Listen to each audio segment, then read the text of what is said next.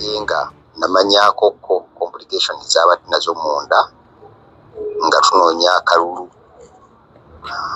era waliwo twatuuka ennaku nga tulina programu etulina okulaga tutasobola kugendawo ng'agamba teyeewulira bulungi, so eyo complication si mpya abamumanyi obulungi. Okay, butereevu nkwaniriza nate ku Focus TV. Thank you so much. Wenye okubeera ng'olaba, wenye okubeera ng'ogoberera wonna w'osinziira mu ggwanga lyattu Uganda, okubeera ng'otulaba, okubeera ng'otugoberera, okola kyamaanyi nnyo, era tubeera tukujjukiza nti bw'osubscribe nga gwatanaba kikola kituyambako okulaba nga tufuna abantu bangi ab'enkizo, okulaba nga tufuna abantu bangi ab'enjawulo abatugoberera. Nze Ade Wilberforce Kinyo Muyanja olunaku lero nze twogere ku story ey'omukyala gwayita Nakimuli Helen. Omukyala ono wa Nuupu era nga yafudde olunaku lw'eggulo. Amawulire yagatetyemudde ye principal owa Nuupu President Robert Kyagulanyi Ssentamu bwe yavuddeyo n'akasamula nga bwe yadde afudde ng'akolebwako gye bayita surgery oba nga ali mu operation. Kyono kyakubira na Uganda enkyukwe nnyingi era ku social media kyatambudde nnyo. Wabula nga Focus TV n'eŋŋamba tujja komaawo, tujja kunoonya ku bantu ab'enkizo. Chance n'empa nga nnyina mukwano gwange munywanyi ennyo ate era abambu kojja wa Nakimuli kye nabadde simanyi nti amuyinako oba amuyita kojja olw'okuba nti bayinako Oluganda. Aŋŋamba nti kojjaawe because maama we beddira omuziro gwe gumu naye ate abadde muwagizi we nnyo bambi. Yamuletera n'okukyuka okuva mu NRM okudda okuwagira Nuupu ono muwala we. Agamba nti olw'obuvumu olw'engeri gye yali atembeetamu Nuupu sayidi z'e Kalangala yamuwaliriza okufuuka munnakibiina kya Nuupu. Omukulu ono ngenda bbawa ku ddoboozi lye ndirina ng'atunnyonnyola mubaka kikaaki afudde, mubaka biki byabadde akola, byabadde akoledde Kalangala na biki byonna ebimukwatako gwe byobadde omanyi nebyotamanyi. Obulwadde buno yabumanyako oba nedda nga ye amubadde okumpi era nga bimu kubamunoonyeza akalulu mu kisanja kiri ekyasooka ne kino ekibadde kiwedde wabadde nga zeemu okuweebwa obwesigwa. Ayogedde ku bunkenke obwali mu kunoonya akalulu ako, engeri gye batuusibwamu kubanga balangirirwa nabyabikoonyeeko. Katulye story ya mukulu ono, tugenda kubeera nga naffe tumanya ku biki ebigenda mu maaso. Otherwise nze Ade katujuwulire. Focus TV weewale kunoonyaako munnange kitalo nnyo, kitalo ddala ekya nze muyita muwala wange oba abampita kojja. Bannange muwala ono mulaba, omukazi ono mulaba, omukyala ono mulaba, basebo ne bannyabo ndowooza seetaaga kunnyonnyola bingi ku mukyala ono. Abaawe Nakimuli byakoze mbiraba, ne byagenda maaso okukola mbiraba, kati lwaki munneegayiriza? Jangu okwate manvuuli. Y'omu mu bulamu alina ennaku ez'ekijjukizo. Kati nno Focus TV yange bazze okufuula ennaku zo ez'ebyafaayo. Bakwata vidiyo n'okkuba ebifaananyi ku mikolo gamba ng'okwanjula, embaga, graduations, okukyala. Bano nno tebakoma okwo. Aba Focus Group yange baakuguka mu kutimba, bakola keeki wamu ne juice omuwoomu. Nga kuno bagattako okukola graphics ne branding ow'ekitongole, kampuni oba bizinensi yo. Era basange ku kitebe kyabwe ekikulu e Kampala ku Jasco Plaza, oba basange ku ofisi zaabwe awo ku Focus House mu Tuba ne ku ofisi zaabwe empya Kiboga mu Town Council ku 2nd Street okuliraana Smarton Hotel. Ebisingawo bakubire ku ssimu zaabwe 0757 133 162 oba 0789 020 gwali ku Facebook ne Instagram kebera Focus Group yange, ate ku YouTube beba Focus TV yange. Naye ate ekisingira ddala obukulu oyo aba mukwano gwange, ndi mulonzi we era nga mpangalira ku bizinga ebyekalangala Ssese. Dina bisalako nno nze muyita Naaki era ojja kiwulira nnyo mu ddoboozi lyange. Naaki oyo abadde mubaka atasangika. Tufiiriddwa ekika ky'omubaka abatono ddala mu paaliyamenti eya Uganda, era nze obukozi bwe nja bugeraageranya abadde mukwano gwange ennyo, kitaawe ya mukozi ddala. Twamulonda ekisanja ekiwedde era ndi omu ku abo abatamuvanga ku lusegere mu kuwabula ne kumuwa amagezi ku ebyo byentegeera kuba musinga mu myaka. Ekyokubiri abadde anjagala nnyo olw'ensonga nti nali musaale nnyo mu kumupikaapika n'okumuwaliriza okuyingira ebyobufuzi. Ng'omuwala omuyivu nalaba nga kigwanidde okuweereza abantu be kubanga tanayingira byabufuzi, yalinga yeetaba nnyo mu pulojekiti ezikulaakulanya ekitundu. So Focus TV sijja kubuulira nnyo bingi ku bulamu bwe wabula njagala nzire mu byonsabye. Ekisookera ddala wabuuzizza ku ky'obulwadde. Obulwadde bwe siyinza kunnyonnyola kituufu kyankomeredde ki ekibadde kimuluma, naye nga namanyakokko complication z'abadde nazo munda nga tunoonya akalulu. Era waliwo we twatuuka ennaku nga tulina puroguramu wetulina okulaga tutasobola kgendawo, ng'agamba teyeewulira bulungi. So eyo complication si mpya. Abamumanyi obulungi, omukyalo ono oba omuwala ono, nze muyita muwala kuba muto nze, abadde atera nnyo okubeera nga akyalira eddwaliro mu biseera bye ng'omuntu.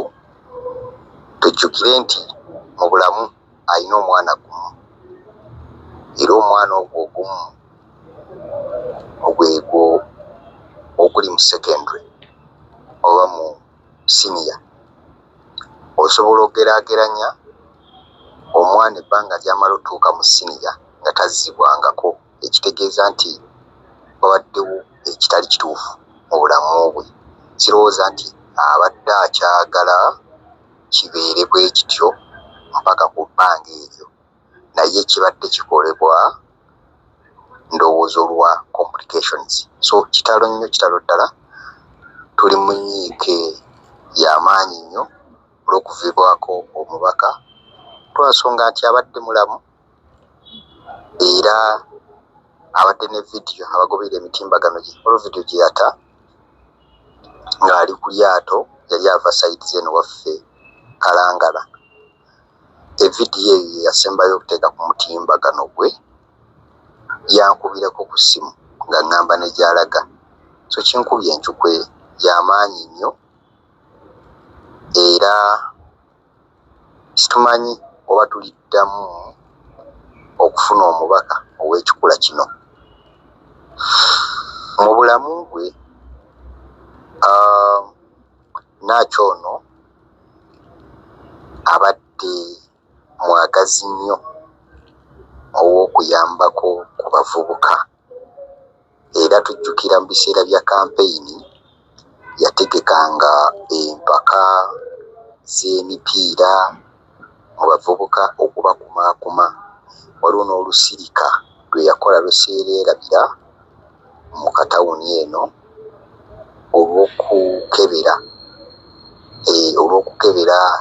endwadde ez'enjawulo ng'ayambibwako ebitongole eby'enjawulo. Abadde mubaka ow'ekikula ekyo, era alina n'eryato lye yatugulira naddala bamaama okuyambako ku bakyala abaagala obujjanjabi obusukkulumye bwe tulina ku kizinga eno erisobola obbasaabaza mu bwangu ddala. Omubaka oyo yaligula. So ng'ate era pulojekiti nnyingi zayimbyemu omutwe ez'okuleekulaakulanya eziri mu bavubuka, mu bakadde, mu bamaama. Engeri gy'abadde ndowooza mubaka omukyala, bamaama abadde abasoosowaza nnyo ekyenkizo. Ku bulamu bwe abadde muntu akolaganika naye abadde muntu akolaganika naye ate omufunyi ntegeeza mu kasente oba mu byensimbi abamumanyi obulungi teyajja mu byabufuzi ng'ali bubi. Abadde mukyala mukakaalukanyi n'okujja mu byobufuzi ng'alina w'ayimiridde era ng'ali mu bulamu obulungi, motoka z'avuga, w'abeera abadde yeeteekateeka even nga tannagenda na mu byabufuzi. Akalala kenyinza okukoonako keeka biki by'ayagala. Mu by'ayagala ebyo mwe muli volleyball oba netball, egyo emizannyo egyo abadde agisoosowaza nnyo era ng'agyagala nnyo. Nzijukira lumu yagendako n'abaana, yafunako kiraabu oba yakolayo empaka ez'abaana abo abawala abasobola okuzannya volleyball, n'atuuka n'ozitutumula basukulumeene ewaffe bagende bazannye mu bitundu eby'enjawulo. Ate nga ekyenjawulo naye yeetabamu, n'olaba nga naye azannya nabo. Kugamba omubaka ali ku eyo level ey'obubaka naye ng'asobola okwambula engoye ze, ekomesi ze oba obusuuti bwe, n'ayambala obugoye buno obw'okuzannya, n'atandika okubuukabuuka n'abaana abawala abato ku kyalo eno. Kyekika ky'omubaka oyo gwe tufiiriddwa abantu b'eno e Kalangala. Okujjukizaako katono nnyo, mu kalulu akawedde twasanga okusoomoozebwa ababaka bangi ab'oludda oluvuganya abaafutyankibwa era obululu ne babubba. Naye ate Nakyono yali wa nkizo nti ye akalulu ke kaali kangi nnyo, ne bwe baagezaako okukola byonna bye baagala okukola kaagaana, era ne tubeera nga twakawangula. So bangi baakola ebyo baakola naye nga tebasobola kumalawo kika oba muwendo ogw'akalulu ka Naaki. Nakimwero ono abadde musanyufu mu biseera bye eby'eddembe, asaagasaaga n'abantu, atuukirira buli muntu, ne bw'oba kateeyamba, ne bw'oba nga oli muyi, ne bw'oba nga tolina bulungi ebyo byonna abadde akutuukirira. Kwegamba ye muntu abadde atuukikako okubeera nga osobola okumufuna mu biseera by'omwagaliddeko, okusinziira ku babaka ab'enjawulo, abeekweka, abalonzi nga bamaze okulondebwa, byonna abadde abikola. Okugerako ne ku kibiina kye ekya Nuupu, nze saali muwagizi wa Nuupu, nze nali muwagizi we NRM ebbanga lyonna, naye muwala wange oyo Naaki, mwenge nabita muwala wange kuba mpita kojja, yannyamba kinene nnyo oba yansikiriza nnyo okuyingira ekibiina kino ekya Nuupu, era ebimu ku ebyo bye neenyumirizaamu nti n'ansemberezaako ne ku banene abali mu Nuupu ab'enjawulo be ntusinkanyeeko nabo, ne bwe bajja eno e Kalangala era batuukirako ewange. So omukyalo oyo kyekikulu ekyo kyabadde nakyo, era tunyoleddwa, tusaaliddwa, simanyi oba tunaddamu okufuna omubaka ow'engeri eyo. Kye nategeddeko ku by'okuziika kwe, ayinayo bajjajjaabe oba waliyo ekijja kiri sayidize eyo eruweero, era ayinza okuziikibwa eyo okusinziira enteekateeka nga bwe zinaabeera, naye ng'abadde mukyala mu Orthodox era aba eddiini yaabwe ebadde emwenyumirizaamu nnyo, ng'ayagala nnyo obuwangwa n'ennono, era ndowooza ensi yonna ejjukira ku mazaalibwa ga Ssaabasajja Kabaka ag'omulundi ogw'71 bwe baali e Namungoona mu Orthodox, y'omu kwe yakiikirira. Eyo yasoma obubaka okuva mu kibiina ekikye wamu n'omubabaka aba paaliyamenti, era ng'omukyalo Omuganda ayagala obwakabaka yafukamira okwebaza Beene. Ekikolwa ekyo nno si kya buli omu nti akikola, naddala woba owa okwogerako. So nga ekkanisa y'aba Orthodox efiiriddwa kinene, so ng'ate era n'ekkanisa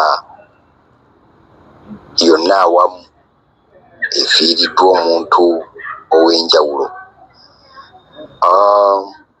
Ng'obwakabaka nabwo Abaganda balina okunyolwa lwa nsonga nti abadde asoosowaza nnyo eby'Obuganda n'ennono, era kikulaga ekifaananyi lwaki ye yasindikibwa okuwa speech oba okwogera okwo ku mazaalibwa. So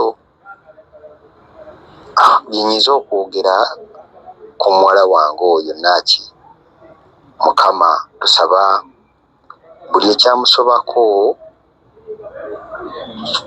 akimusonyiwe era amulamuze kisa, kuba omuntu oyo yabadde omulamu. Nze nasemba okwogera naye nga ŋŋamba agenda kufunayo ke bayita kasajjare akatidi, era ne mugamba nti Mukama ajja kusobozesa buli kimu kijja kutambula, naye ebyavuddemu ate tebyagenze bulungi. Nsaasirako ne bannakibiina kye kuba abadde akisoosowaza nnyo, ye yakinyingiza ekibiina ekyo ekya NUP, omukulu Bobi Wine. Musaasirako olw'okufiibwako omubaka bw'ati, banne Basennyonyi, Lubongoya, bonna nabo mbasaasirako olw'ebyo. Kibi nnyo, naye nga Focus TV sebo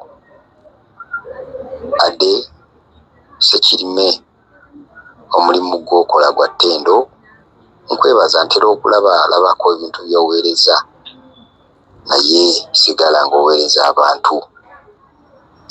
Nange nno nasoma mawulire, ekyo badde ndowooza tokimanyi, lwakuba ate bwe nnakula eno n'enkola emirimu emirala,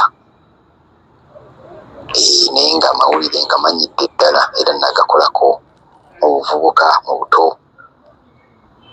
Kale byebyo byennyinza okunnyonnyolako. Essimu gy'obadde okubako eyinza okuba tekyaliko, naye ng'ate ku WhatsApp wano eraga kweri, naye nkozesa ennamba ndala. Kale okusinziira ku mboozi eyakojja n'ebyo byonna ebigenda mu maaso mu ggwanga lyaitu Uganda, ndowooza ayongedde okukakasa ku kintu kya Joel Ssenyomo kye yagambye nti omubaka ono yadde agenda mu ssajjare, yategeezezzaako abamu ku banywanyi be nti katono kamayina ssajjare, naye ate ebyakavuddemu tebyabadde birungi. Ebibuuzo bingi ebirekeddwa mu bannayuganda oluvannyuma lw'ekyo, naye katulinde postmortem eva mu musawo abuulire ensi kituufu ki ekiriwo oba ekyaviiriddeko okufa kw'omubaka ono. Kitalo nnyo nnyini ddala eri bonna bannayuganda era n'ab'eŋŋanda, ab'emikwalo ne bannakibiina kya NUP olw'okufiirwa omubaka bw'ati. Otherwise nga Focus TV nagamba nti ffe tujja kusolobangako ku mboozi ezigenda maaso ku social media okufuna abantu ab'enkizo oba ab'enjawulo, tube nga tubakuwa owulire sayidi yaabwe ye eriki. Nze Ade Wilberforce Muyanja, tugenda kuba tukuba olunaku olwaleero, tuzikale vidiyo ezijja mu maaso nyingi ennyo ddala nga tukola ku bintu eby'enjawulo. Otherwise webale nnyo gwe awagidde Focus Event Services, webale nnyo gwe awagira Focus Graphics and Branding. Buli wogiwagira tufuuka naffe ab'enkizo oba tufuuka ab'enjawulo. For now, bye bye. Nja kugamba nti omukyala gye bayita empagi Sseddugge y'amaka, nti empagi eyo bw'eba teriiwo, katugambe ennyumba, ffenna tumanye ennyumba naddala zino ez'amwamba, nga erina okubaamu empagi ewanirira, empagi ewanirira kasolya, nti empagi eyo bw'eba teriimu amaka gano gandigwa, ennyumba eno eyinza okugwa ku ttaka. So nze omukyala ndaba mpagi Sseddugge twaba tali mu maka, era ojja kusanga ebiseera ebisinga amaka gatali mu bakyala bwe batyo nga gali gati abaana bakuze muwawa. So omukyala aba musomesa, omukyala aba musawo, omukyala aba mukulembeze. Abakyala g'amazima tuzaalibwa tuli bakulembeze. Omukyala mugezi muyiiyayiiya nga kizibu okubeerawo nga talina kyayiiya kibongerako. Abakyala kyabugagga ekirawo Katonda kye yatuteeka, tuli awo Katonda yatugonnomolako ekyobugagga nti osobola okutoola ku magezi ne bw'oba nga togenze ku ssomero, naye Mukama alina engeri gye yatukolamu nti osobola okuwa omuntu amagezi, amazaale ate ne gamuyamba. Kati ng'omwami wange nsobola omugamba kati mwami kino twali kutte kkubo bwe riti, wadde nga nze sikirimu naye ne muyambako ne mugamba eno bizinensi nze ndaba ng'egenda okukola bweti, waki kino tetukoze. Ate kati wabanga musajja awuliriza ogenda okulaba nga akulaakulanyiza omwami, kubanga bagamba awali omwami ayagala okulaakulana wateekwa buteeka okubaawo omukyala. Ebyo ebigambo by'omubaka omukyala owa Kalangala Nakimuli Helen ng'ono muwala wa Kweba omuwummuze Reverend Father Christopher Walusimbi Ebukasa Ssese, ono mukugu mu mbeera z'abantu n'ebyenkulaakulana mu bitundu, nga yaliko CDO oba atwala ebyenkulaakulana n'embeera z'abantu mu Ggombolola. Ekyamuleetera ennyo okutunuulira omukyala n'okumanya omukyala wa Uganda gwe twogerako bw'afaanana. Ali mu kuyaayaana, omukyala atafiiriddwako nnyo. Ebiseera ebisinga bwe twogera ku bakyala tutunira abakyala kati nga Bannakimuli Mukama bawanzeeko eddusu oba bawadde omukisa ne bavaayo ne bafuna ebifo bwe biti. Naye nze njagala nnyo okwogera ku mukyala ng'omukyala oyo ali eyo ali mu kubonaabona atafiiriddwako. Nakimuli agamba nti embeera eyo ey'omukyala naddala ow'e Kalangala gy'ava yamuleetera okuyingirira ebyobufuzi alabe ng'asobola okumwogerera n'okulaga abavubuka nti teri kitasoboka. Omukyala abanga kiti kya muwogo, jjojjo kisuula gye kirandira. Omukyala newoona omuteeka mu minisitule kubanga ffe tumanyi okutetenkanya, era omukyala oyo ajja kusobola okuweererezayo kubanga Mukama alina engeri gyetukolamu. Ate naddala omukyala oyo eyakuzibwa mu maka amalungi, oba yakuzibwa mu ngeri ennungi nga si mulyazaamaanya, si muyaaye, si mubbi, oyo aba mukyala mulungi, era n'abaana abavaamu oba bayitidde mu ye ojja kulaba nga baana ba mugaso nnyo eri eggwanga. Bannange muwala ono mulaba, omukazi ono mulaba, omukyala ono mulaba, bassebo ne bannyabo, ndowooza seetaaga kunnyonnyola bingi ku mukyala ono. Abaayi, Nakimuli byakoze mbiraba, ne byagenda maaso okukola mbiraba, kati lwaki munneegayiriza? Jangu okwate manvuuli. Buli omu mu bulamu alina ennaku ez'ekijjukizo.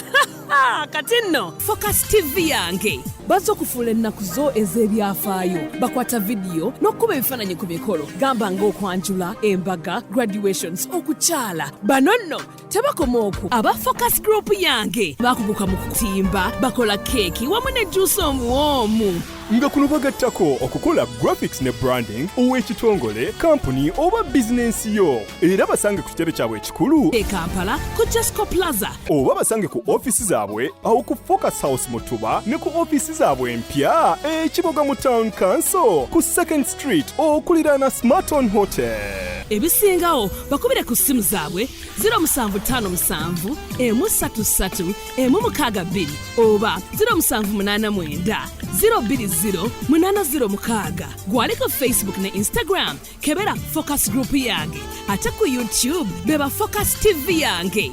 Kusubscribinga ku Focus TV yange bingi